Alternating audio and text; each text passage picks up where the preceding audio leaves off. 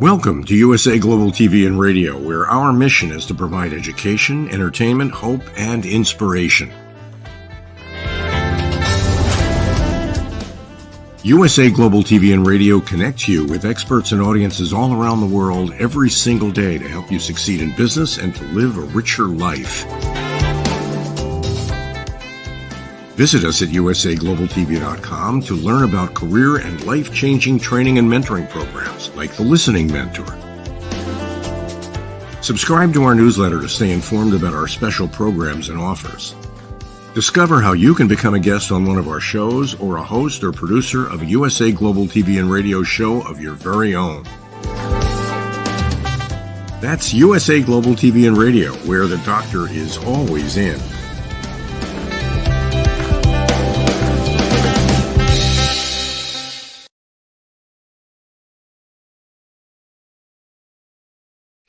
Good morning, good afternoon, good evening. Welcome home to USA Global TV and Radio, where we provide world-class education, entertainment, hope, and inspiration. I'm Dr. JACALYN KERBECK. I'm one of the hosts of this show today. And our show is the United Kingdom News and Culture Updates on the Royal Family as well, episode 80. So let me welcome the rest of our team. Joining me is the star of our show, DIANN FLOYD BOEHM. Welcome, DIANN. It's great to be here, Dr. JACALYN. I can't believe we're doing show number 80. That's so exciting.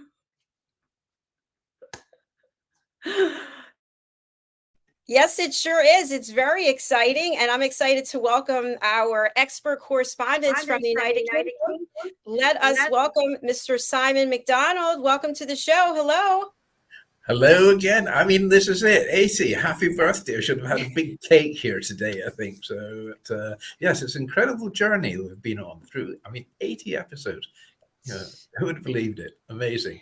Lovely to be back again. It's Wednesday. It is Wednesday. Absolutely. Let's welcome the beautiful, the dashing, the phenomenal HELENA CHARD. Welcome. Oh, you're too kind. Lovely to see everybody. 80. I can't believe it. I'm so excited. I am definitely too. Party time. What are we going to do when we get to 100 episodes? That'll be pretty amazing as well. We'll have to have an in-person celebration. I think so. It's about time. Absolutely. Look forward to it, as always. I do too. So I'm excited that I know we have some news and some updates. I think it's still silly season. Is that right, Helena? Oh, it's still silly season. It really is silly season. But there is news. There's lots going on.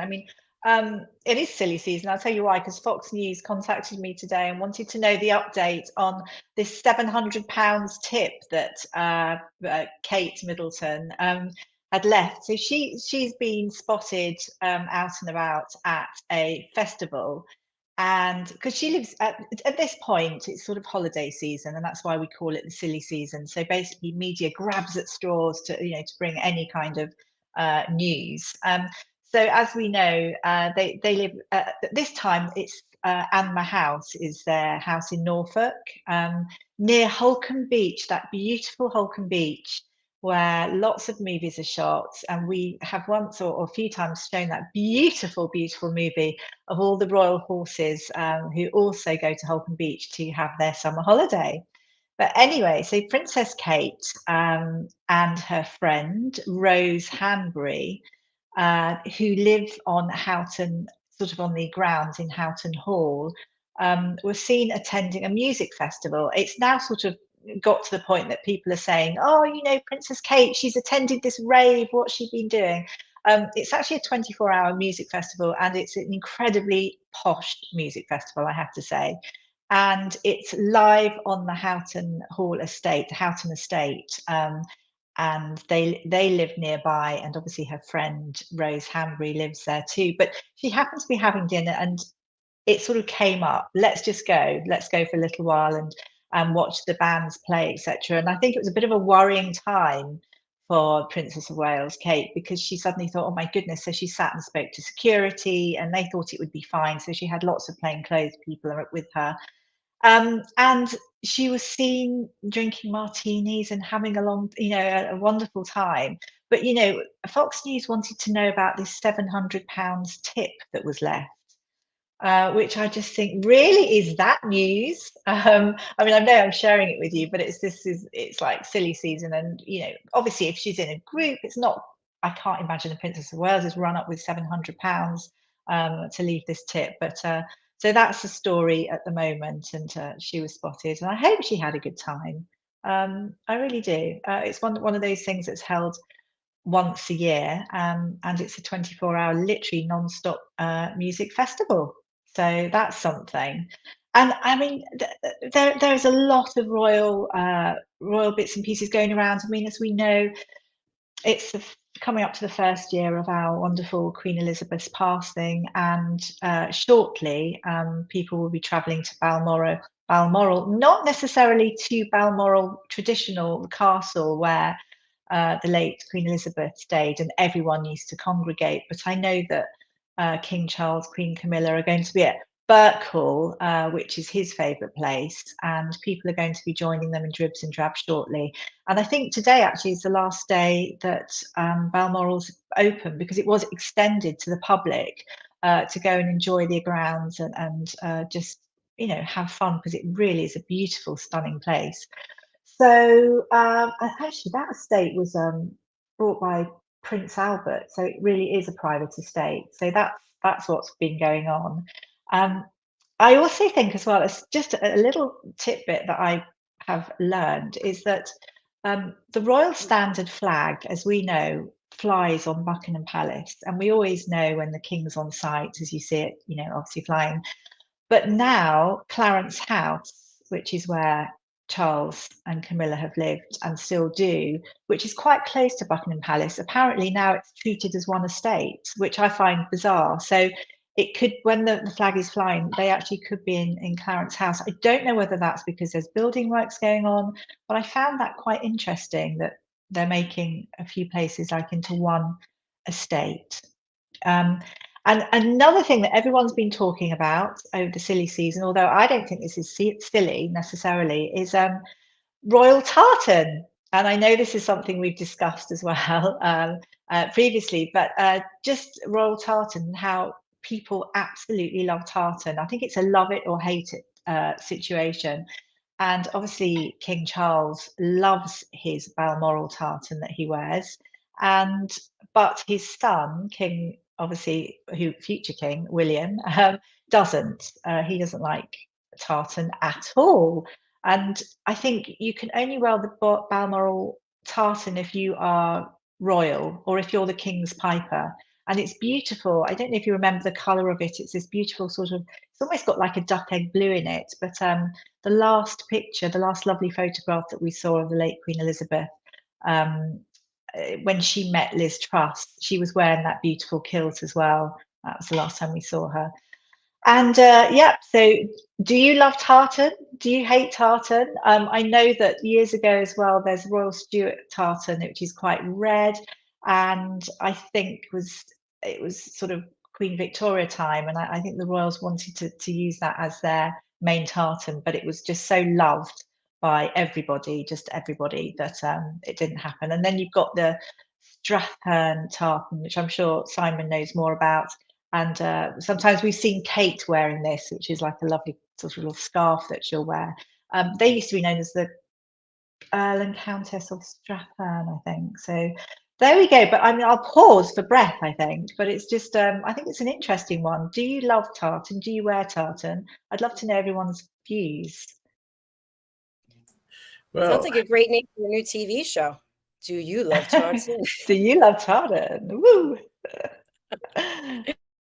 Let's see what Diane thinks.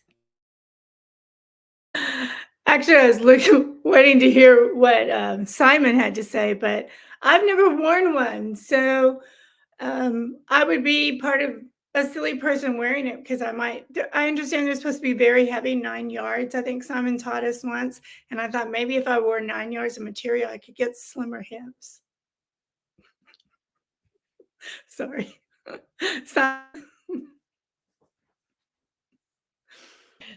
Thanks, Diane. Let's see what Simon thinks. Right. The history of tartan, I mean, it goes back hundreds of years, and every Scottish clan has its own tartan. and even a variety of tartans as well. So there's the dress tartan, which in the case of Royal Stuart is that very, very bright red basic tartan. But there's several different ones. There's the hunting Stuart, the ancient Stuart, and so on, which have different degrees of brightness, shall we say. But that dates back to the House of Stuart, when King James I of England was actually King James VI of Scotland. So so there's it's a nice bit of synergy going on there. So each clan is very proud of their tartan because it identifies them from the next person. It is there is a meaning to each tartan as well. The colours are very much generally based on the landscape around their lands, and there's sort of cryptic messages as well in there with some of the colour as well to victories they've had or occasions they've had or whatever. So it is a fascinating history. I mean, there are literally thousands of different tartans, but heaven help me if I ever went out wearing a Campbell tartan. I mean, it just will not happen. Campbell's and McDonald's were not the best of pals, shall we say, and ditto McLeod's, and actually I could list off quite a few, I think, but each clan was always at war with another one back in the day, as they would say. So yeah, tartans, there's a lot of protocol attached to them as well. So the Balmoral tartan can only be worn by members of the royal family. I believe the royal piper is allowed to wear it, but I'm not 100% certain on that, but I understand that is the case. So, I mean, my tartan is, is MacDonald of Clanranald and Moira. So that is specific against the other MacDonalds, MacDonald's of Sleat, and MacDonald's of the Isles, and so on. Highly complex thing. We could have a whole day of show just based around tartan. So love it or loathe it, it's there. So I'm entitled to wear my MacDonald of Clanranald, but I'm also entitled to wear the Black Watch tartan, because that was the regimental tartan of a regiment my father was in during the war.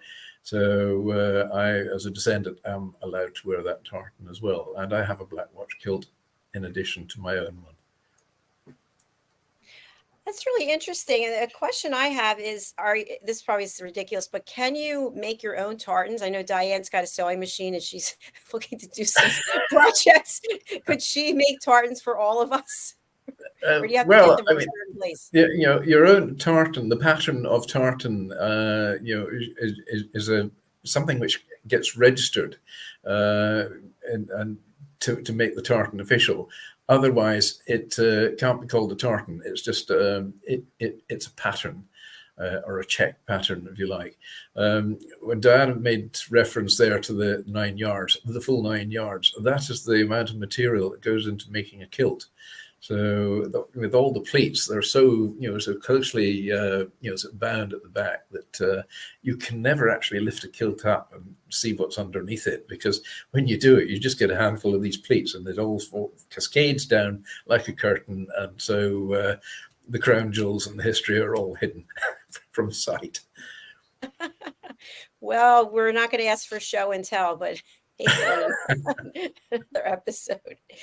Diann, anything you wanted to share about your great ability to sew tartan? No, I would not be able to do that. But I have a dumb question. So there is a difference between a kilt and a tartan? For us Americans, we don't see those a lot. We carry our flags. Yep, there is. A kilt is an item of clothing, but a tartan can be worn on the kilt, can be worn on the trews, which is the trousers. They call them trews, are in tartan, or the plaid, which goes over the shoulder, which the heritage of that dates back to being really a blanket that shepherds would wear and keep them warm when they're out on the hill. The original kilt was not the type which you buckle round the waist that we do today. The original kilt was actually just a huge, big square of cloth, and you would lie it out flat on the ground and bunch it in on each side, lie back on it, and with a belt strapped round it, and then you stand up, it all just falls into place, and you tuck the long end in over your shoulder, and that's it. So the original kilt was just that.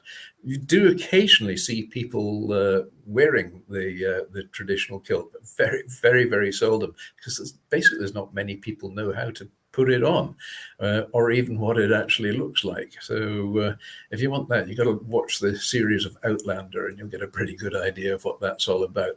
But the kilt, as you see it worn today, is really quite a modern invention. It really goes back to about Victorian times, and that was it. Prior to Victorian era, which is middle 1800s to the end of the 1800s. Prior to that, then it was the traditional big square piece of cloth you did, and that was effectively the home of a shepherd when he was out in the hills, or a drover who's driving cattle to market, or stealing the cattle from somebody else and driving them home over the hills for days. And so they would effectively live in that. It would form shelter when conditions got too bad. It was a blanket, so they'd wrap themselves up in it and go to sleep in it. And then it was day wear as well to protect the modesty.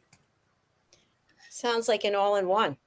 It's absolutely it's an incredibly practical thing to wear. I mean, I love wearing my kilt, and on a cold day, well, that amount of material, it keeps you nice and warm. But on a real hot day, well, it's got natural air conditioning. I mean, what more could you ask for? That's perfect. Thanks for sharing that. I know that you, Helena, and Simon both have different subjects that you want to bring up today as well. So let me go over to Helena. Well, I actually was going to move on again to do with the silly season, because again, we know it's a silly season because there's lots of news about Harry and Meghan that keeps flying around, and stories that Kate, Princess Kate, is ringing Harry late at night, giving him pep talks, and absolutely ridiculous. This is absolute nonsense. So please don't believe this. This is certainly just wouldn't happen. And there's lots of news as well. The one thing is the royal family has, you can see their catalogue of things that they do throughout the year.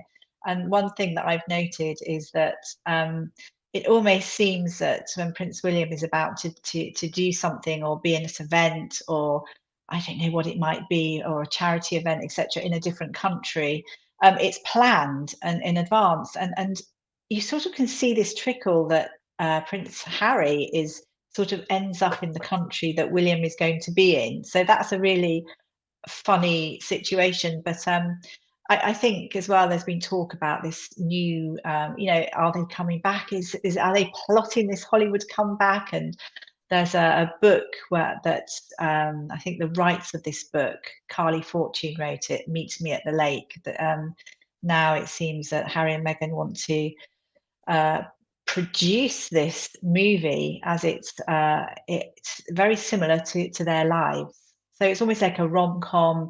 It's going to be, there's so much similar to their lives. It's quite amazing. There's even a parent that's killed in a car crash. So it's slightly disturbing. I think Prince William is worried about it. But, thinking about it, they've set the bar so high for themselves because they wanted to leave and they wanted to earn lots of money and do it outside the royal family. And now, obviously, certain things have gone wrong, but they have to keep trying.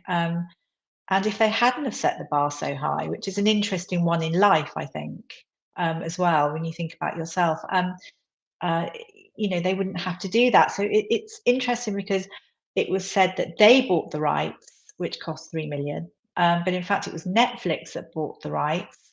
And they are going to let, Harry and Meghan produce this movie through their Archie Wells production arm. So I do find that interesting, but also quite clever, because if they didn't come up with the goods, it does mean that obviously they can take it back and someone else could produce it. So I don't know. There was a slither of hope, that things may change and come back to normal, or they could all work together. But I think, I'm not sure when that's going to happen. It won't happen anytime soon. There was also talk of them renting a Kensington Palace apartment, said an insider. But I don't know. I'm not too sure. But anyway, so there's lots of talk like that. But it does make me laugh when I see, just prior to Prince William's events that he's going to, you see that Harry's in that same area just before. But I suppose from a PR point of view, is that clever? I guess it is. But yes, I think there's one thing that I wanted to talk to, which is it's a story. It's a lovely story in essence, but the reason behind this, I find quite disturbing in a way. And speaking to friends and family who have young children, it's quite common now that young children here in the UK are really struggling with their reading. There's lots of children that leave primary school that actually can't read. And when I heard that, I was it really upset me. I mean, I love reading, and I could read from a very early age. And to think that people are leaving primary school, and not able to read. Anyway, and obviously what with COVID and everything, it impacted hugely over a few years. But there's a small charity called Bookmark Reading Charity. It's a very simple charity, very small. And I got to know about it by reading a very sweet article about a former teacher who is 91, and she now is helping children to read from her home, from her living room. So it's done via, I'm not too sure, via Skype or an online way of speaking, and helping lots of younger children. The children are learning so well. She particularly absolutely loves it. It gives her purpose, and she still has relationships with the children that she's teaching to read, and I think it's beautiful. So they're putting out to everybody, if you have some time, valuable time, please help. Our young children need help, and I just think it's lovely. So it can be absolutely anybody who wants to help that can contact the charity. We do have a little video. It's a simple video, but I think it cements this problem that we have. And that anyone, if they could give their time, it would be really worth it. So hopefully, JACALYN, Dr. JACALYN, we have the video to roll with.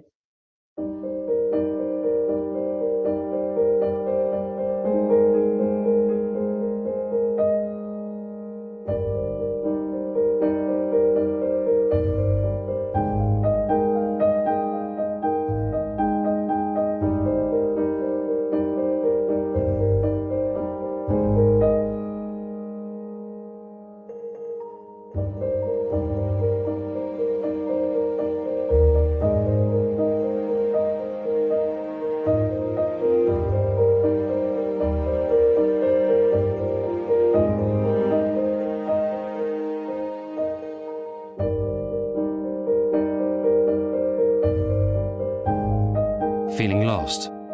Daisy is too. If you don't learn to read properly, it can have a huge effect on how you make sense of the world and what you can achieve in life.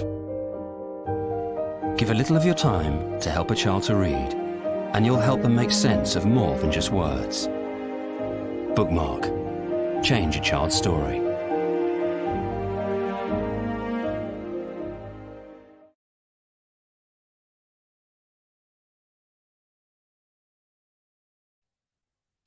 Wow, that's really powerful. When you see those blank slates and you see the eyes not even able to focus on anything, I'm really glad that Helena shared that. I think she is frozen at the moment. Simon, what are your thoughts? Yeah, I mean, it's incredibly powerful that, in particular when suddenly the words are there, but the letters are all jumbled up. You think, oh, wow, that drives the message across really hard. It's just almost unthinkable that in this day and age that children should be leaving primary school unable to read. It just seems almost impossible, certainly unacceptable. It's definitely devastating. Let's hear from Dianne about what your thoughts are. I have so many thoughts as a former classroom teacher and teaching reading. in some ways, I'm not surprised. It's also here in the United States. At first, many of us educators were worried that kids were texting so much that their spelling, when they didn't, they'd get mad at their teacher that they couldn't use spell ARE just R, or YOUR just UR. And that became a real problem in the classroom, much less going to the fact that kids watch so much TV and or play games or whatever, that they're not reading for enjoyment. And also we have the audiobooks, which also takes away from developing reading skills. And all of that has a major impact, I think, into where we are today with young kids not able to read at the level that they were expected to read in the former days. And in many ways, we saw this coming, not just for this generation, but I remember teaching, and I had 8th graders look at letters that were written by 16-year-olds during the United States Civil War, and the vocabulary was huge. And the young kids in 8th grade, who are generally around 13, they were blown away by the vocabulary because they were always getting the dictionary and looking up these words and said, how can these kids know how to write like this? And it was because we taught kids vocabulary. We taught them the meaning of larger words. And here in the United States, anyway, there's been many books about dumbing down the United States children through not teaching them to read, not expecting them to have higher vocabulary. But I really thought that was just happening in our own country. I didn't realize some of this, and it makes sense, of course, that some of the same things were going on in other countries as well. So I'm very sad about that, very sad.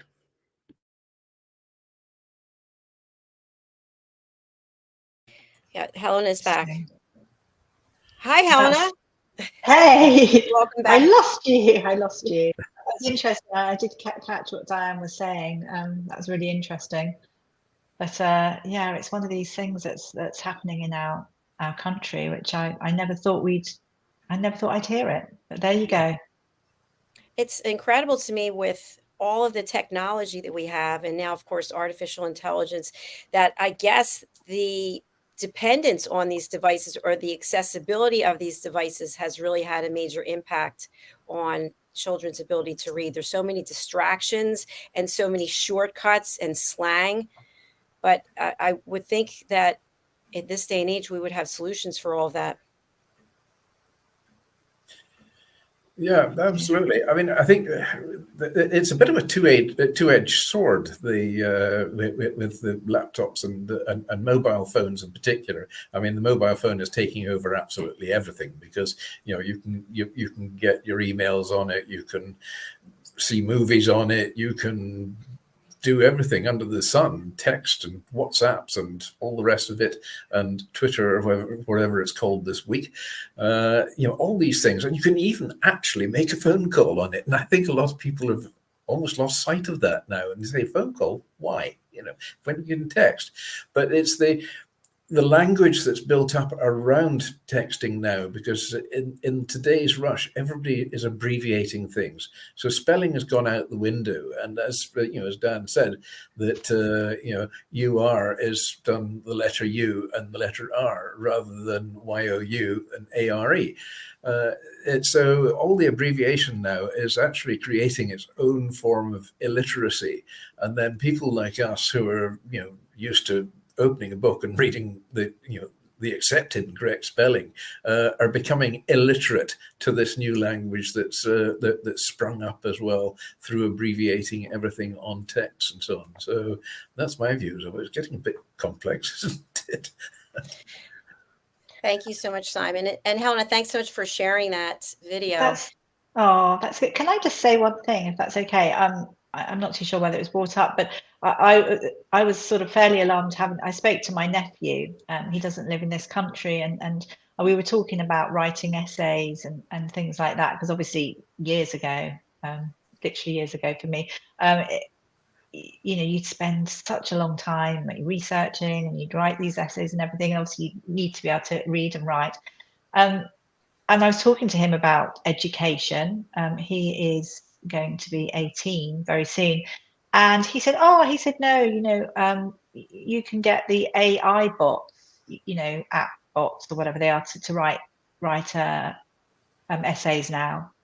But it seemed that it was an everyday thing, that this is what you could do if you had to write an essay for school or whatever it is.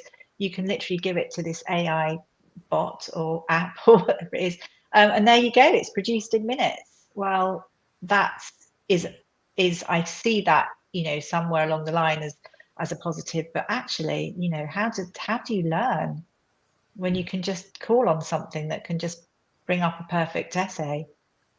I don't know what people's thoughts are. Yeah, I think that there may be some kind of answer that we're going to hear from our lovely Diann. Oh, yes. I have deep thoughts. How much time do you guys have? Yes, chat box AIs and so forth, they have a purpose, but not when it comes to learning. It's going to do a division. The kids who know and can qualify for a job because they know how to research, they have critical thinking skills, they have a high vocabulary, and they understand spelling. You're not going to hire any child in the future who becomes an adult to become a lawyer if he can or she can't write a proper paper or dissertation or contract for the person they're working for, much less become a political leader if they cannot describe properly what they're saying. And yes, it's great that the kiddos could do AIs, but teachers here, at least in the United States, the one I know, because we have these fun coffee conversations, they're trying to figure out a way to see if a child, or I should say a young student, is actually using an AI. And of course, they know they're kids. So if all of a sudden they're using a vocabulary word that does not fit with the profile of the child as he's speaking in school, then there's major consequences. And I think that's one way they're going to deal with it. So that's my little pet peeve box for the moment. Thanks so much, Diann. I just wondered if there's any way of controlling during the classroom time, controlling whether or not students are accessing artificial intelligence on their devices, ChatGPT or some apps or something. Well, that's a great question, because in some schools they're allowed to have their phone with them. But I know if I was back in a classroom, which I never will be because of all the silliness that goes on in schools now, they would have to put their phones on my desk while we're talking, because I know that just think about it. When we were young, and I know you're 10 times younger than me, but you would, have that little sheet of paper kind of below underneath the desk, and you would just be writing and looking like you're paying attention, and glance down and write a little bit more and pass that note, right? Yeah, well, the same thing is going to happen when they put their phone on silence and be texting. So, yeah, teachers, beware.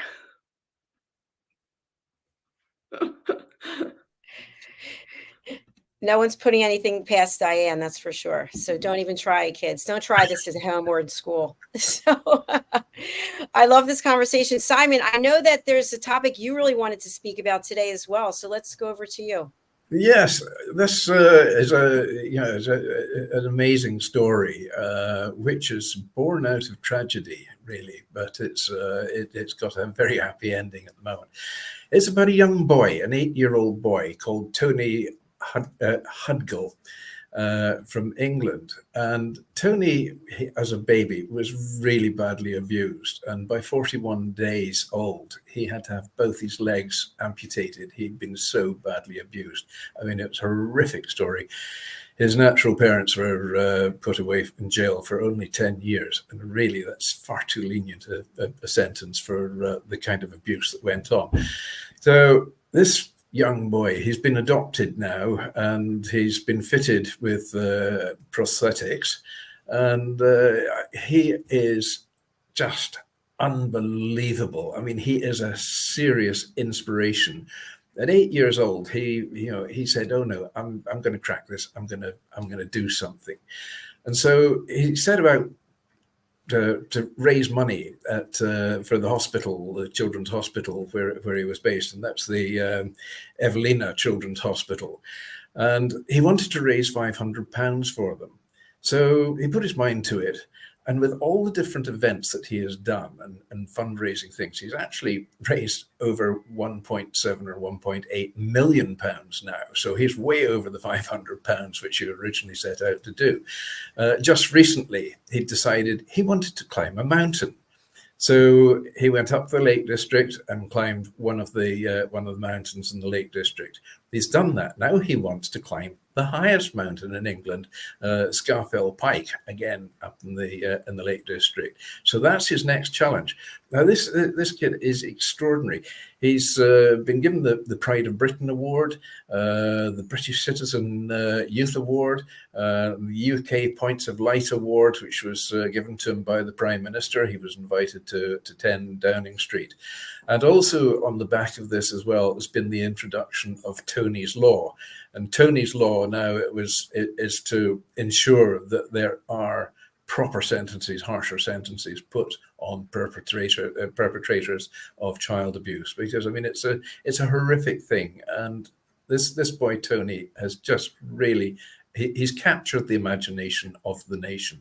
I was watching him on television the other day, and he's just so full of life, so full of confidence, and life's just a breeze to him as well. And he's set up, or his parents have set up now the Tony Hudgell Foundation, and we've got a wee clip here of a movie from that, which will give you an idea of how this child works and plays and thinks, and how determined he really is. So if we could see that video, it is just extraordinary.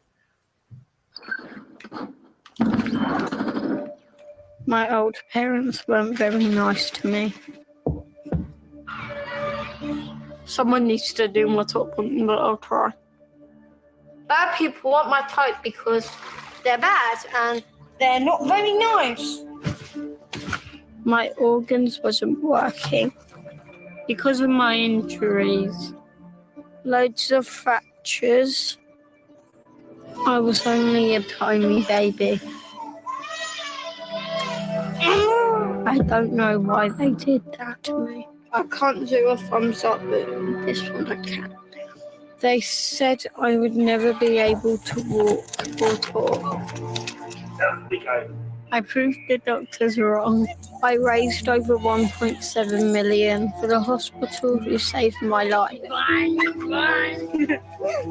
My mum says I've got a fighting spirit. I have a broken leg. Go on, you do it. You're nearly there. Good boy. She says I survived for a reason. There's nothing I can't do. Now I want to help even more kids like me. Nice. Thank you.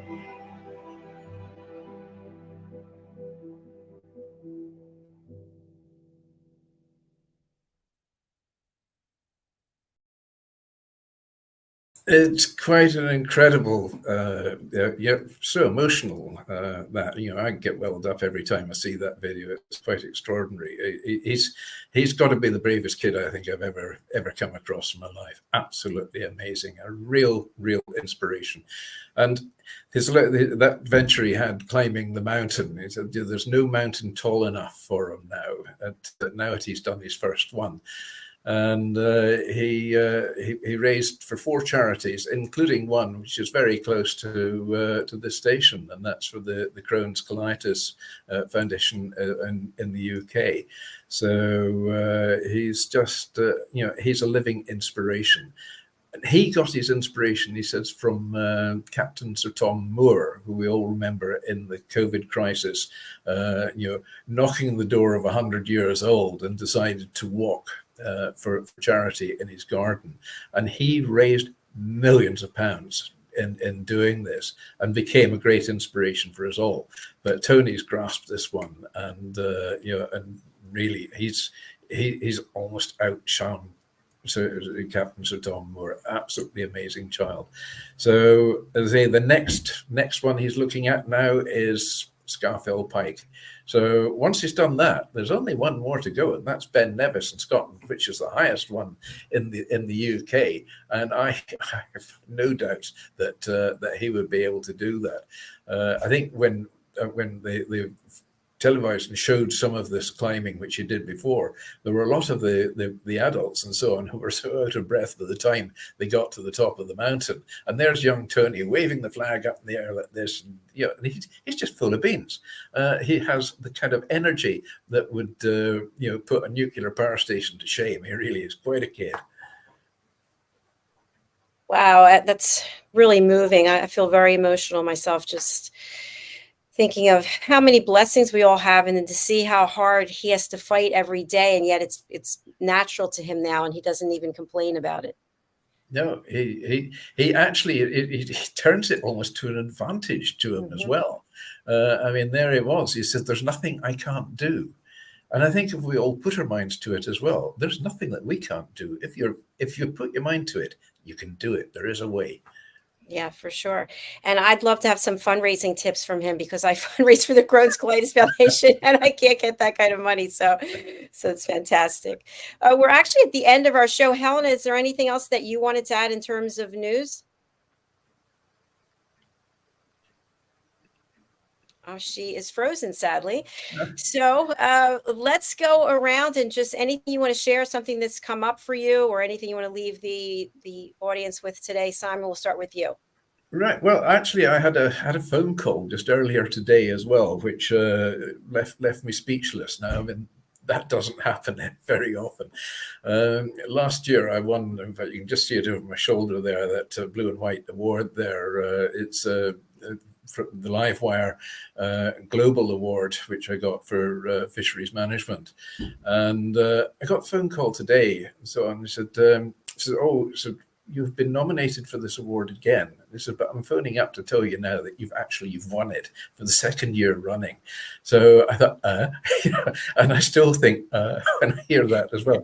So absolutely amazed. I've actually won this award the second year running. So I'm delighted, I'm honored, and I'm very humbled by the fact that somebody should take the effort and the time to contact these people and nominate me, and obviously gave me a very nice write-up for it, and I've been selected and for their top award. So it's just and at the moment, as far as I'm aware, I'm about the only person in Scotland that's won this award twice. So there we go. That's one of these things. But to round off, I think this week's quote has got to be quite applicable to what Tony Hadjul's going. And it's good, better, best. Never let it rest till your good is better and your better's best. Wow. Congratulations, Simon. That's excellent for your winning the award. Helena's back. Well done. Thank you. Congratulations. I love that. Came as a shock. Well, we're very proud of you and very happy for you. Let's go over to Helena. Gosh, what do we take from today? I think the same thing. It just really, anybody, and also been to see the Barbie movie recently as well. I mean, we can really go for anything that we want to, anything we want to do. We really should go for it, and do things with a lot of fun and with a happy heart. I'm actually going to see Spitting Image tonight, which is going to be fun. It's most famous to big puppet theatre, and I will report back next week. So that's me trying to have fun tonight, and I will share it with you next week. Excellent. Enjoy yourself. It's fantastic. Okay, Okay, Diane. All right. Congratulations again, Dr. JACALYN, number 80. Congratulations to the whole team. And and I really feel so blessed to be with all of you. And Helena and Simon, what you bring to our show to make us wonderful people on the other side of the pond in America who love you very much, aware of what's going on. You just share so much, and I appreciate it. And I'm always learning. So y'all have fun, as Helena said, and have a blessed night. And I'll have fun working in the garden. Thank you so much, Diane. And to just go along with what Diane said, I really appreciate our team here. And I'm interviewing people, I don't want to say every day, but let's say 3 days a week, people who are coming to this platform and want to join us. And it's really amazing the feedback that you get from people who are total strangers. They're referred by someone. So thank you for all the hard work that you put in, for all of your efforts. It's really showing up across the world. So that's my first announcement. My second announcement is we just had our first 2 shows go over to our partnership channel, E360 TV, A Woman's Prerogative, parts 1 and 2 on Mondays. So I'm just thrilled to invite all of our new followers. And then selfishly, I do have 2 plugs for myself. One is my latest book, Mastering the Power of Elevated Listening, is available for pre-order on Amazon. I'd really appreciate if everybody out there, it's 99 cents here in the States. You can get it across the world. Help get this to be a #1 new release by placing your pre-order. This book has 2 quizzes in it. It has case studies, it has testimonials, and we have a foreword that is being written by somebody really special who is an expert when it comes to listening. So I'm not going to say who it is. And finally, thank you to Dr. Justina Mutali for inviting me to speak at the 2023 World Summit in Philadelphia, PA, USA. It's the World Summit on Women and Girls. So we will be speaking on topics that I'll be disclosing very soon. Other than that, remember to take a break, take some time for yourself. We all have difficulty doing this, including but we really do need to take a step back, breathe in, get out into nature and talk with friends and family and just say, hey, I really love you. I really appreciate you. So that's what I'm saying for today. Thank you so much. Our next show is coming up. It's Global Social Entrepreneurs. So stay tuned for that. And before we go, we do want to hear from the lovely, the beautiful, the talented Diann Floyd-Boehm. Bye, everyone. Stay tuned for Diann. Bye. Hello, I'm children's author Diann Floyd-Boehm, and I am co-host for several of the USA Global TV and radio shows. I joined because of the purpose of the USA Global TV and radio. They provide content for the viewers and listeners, an opportunity for people around the world to have their own show or even be a guest on an existing show. We truly believe in helping others get their positive message out to the world. We also have the opportunity for the listeners. You can watch on several platforms, and on YouTube, you can ask questions and even give a comment. We absolutely love it. I love being part of the USA Global TV and radio because I love positive messages, and who doesn't? And we need more of that in the world. We are a family, and we hope you will join us and become part of the family too.